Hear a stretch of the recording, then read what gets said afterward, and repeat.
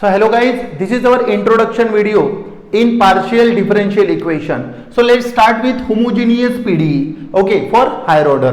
बेटा जेव्हा पण आपण हा क्वेश्चन सॉल्व करत असतो याच्यासाठी आपल्याला दोन गोष्टी काढायच्या असते. एक असते CF आणि दुसरा असते PI. ओके, तर CF चे काही रूल दिले आहे. जसे CF कसा काढायचा, तर बेटा CF साठी आपल्याकडे सपोज मी जर म्हटलं रूट्स जे आहे ते रियल आहे. Roots are real but same. Roots are real but same नाही काय different. Roots are real and different. Sir roots आणि रियल आणि डिफरंट असेल तर काय, लेट्स कन्सिडर बेटा रूट जे आहे ते m1 m2 m3 असे आपल्याकडे रूट्स दिले आहे. तर CF चा फॉर्म्युला बघा बे काय असतो. CF चा फॉर्म्युला असतो f1 y plus m1x. Okay, पहिल्यासाठी. सर दुसऱ्यासाठी काय राहणार, दुसऱ्यासाठी राहणार f2 y plus m2x plus.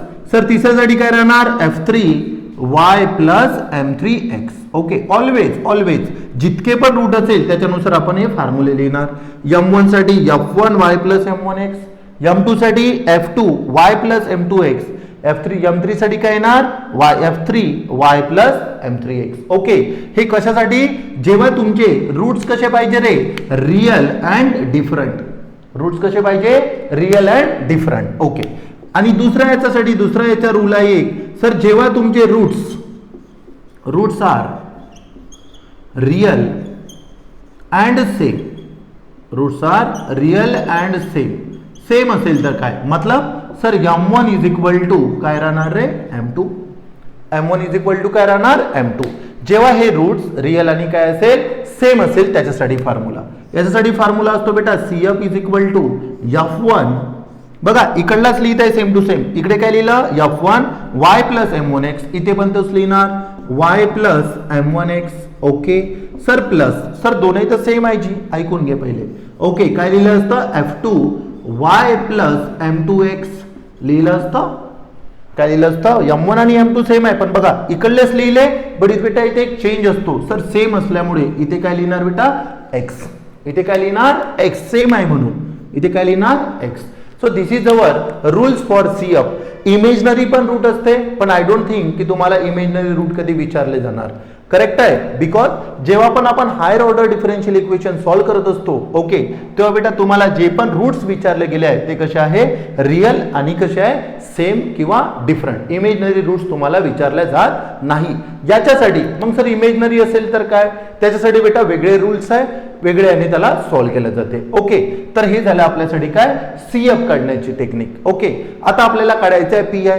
तर बेटा PI पण काढण्यासाठी आपल्याकडे काही रूल्स आहे. ओके, त्याच्यासाठी एक्सपोनेन्शियल फंक्शन पण आहे, आपल्याकडे ट्रिग्नोमेट्रिक फंक्शन आहे, आपल्याकडे अल्जेब्रिक फंक्शन आहे. जेव्हा मी क्वेश्चन घेणार तेव्हा मी तुम्हाला सांगणारच कसं कॅल्क्युलेट करायचं. बट सगळ्यात पहिले हे बघून घ्या की सर PI ला कसं कॅल्क्युलेट केलं जाते, डब्बा मेथड काय असते, A काय असतो, B काय असतो, what ever. Okay, so let start. तर बघा बेटा PI कसा काढला जाते.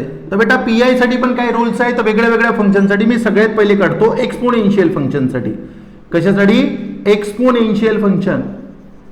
बाबू हा टॉपिक आहे इझी, पण देवाले ना प्रार्थना करतो कोणती का एक्सपोनेन्शियल येऊ दे. ओके, तर बघा एक्सपोनेन्शियल जर असेल तर असं राहते ax प्लस by. करेक्ट आहे काय, एक्सपोनेन्शियल फंक्शन म्हणजे काय a⁴x प्लस काय by. ओके चलो सर, आता याला जर काढायचं असेल तर काय करायचं, काहीच नाही. बघा लक्ष द्या, PI चा फॉर्म्युला लिहिणार बेटा मी. PI चा फॉर्म्युला लिहिणार 1 upon function of d, d'.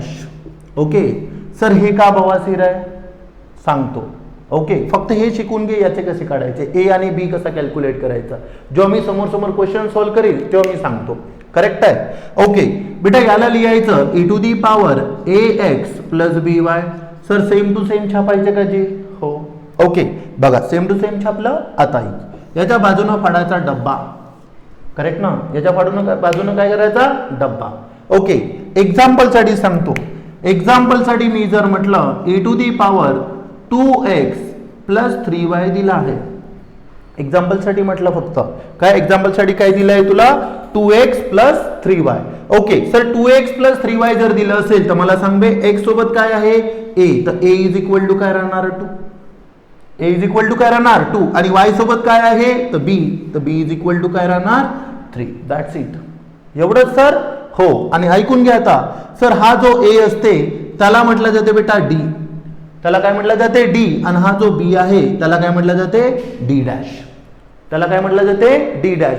Sir हे काय आहे बेटा, टेन्शन नको घेऊ. ओके, सगळ्यात पहिले फक्त हे दोन गोष्टी लक्षात ठेव. डी ले काय म्हटलं जाते आणि डी डॅश ले काय म्हटलं जाते. तर डी डॅश म्हणजे असते बी आणि डी म्हणजे असते ए. बस झालं एवढंच. हे वगैरे कसं काढायचं तर नंतर सांगतो, जेव्हा क्वेश्चन सॉल्व्ह करेल तेव्हा सांगतो. ओके, चलो समोर. सर आता e to the power x झालं. आता दुसरा जर function sir cos ax plus by असेल और sir sin ax plus by असेल, दोन पैकी एक कुठला पण, एक तर कॉस राहू दे किंवा साइन राहू दे, याच्यासाठी पण डब्बा काढायचा. सर डब्बा कसा जी, तर बघा इथे पण सांगतो बेटा, इथे पण 3 व्हॅल्यू काढायचे असते. किती व्हॅल्यू काढायचे असते 3. सगळ्यात पहिले सर डी स्क्वेअर. सगळ्यात पहिले काय डी स्क्वेअर. सर डी स्क्वेअरले म्हटलं जाते मायनस ए चा स्क्वेअर. बापू ब्रॅकेट असाच देजो आणि असंच काढजो, कॅल्सी मध्ये व्हॅल्यू पुट करायची आहे. ओके, हा. नंतर सर डी डॅश चा स्क्वेअर असेल तर काय, डी डॅश च्या स्क्वेअरला म्हटलं जाते मायनस बी चा स्क्वेअर. डी डॅश च्या स्क्वेअरला काय म्हटलं जाते मायनस बी चा स्क्वेअर. आणि डी आणि डी डॅश असेल तर त्याला म्हटलं जाते बेटा मायनस ए बी. त्याला काय म्हटलं जाते मायनस ए बी. जर तू एवढे जर रूल ठेवले तर बाबू 5 मार्क झाले. किती मार्क 5. हा ओके.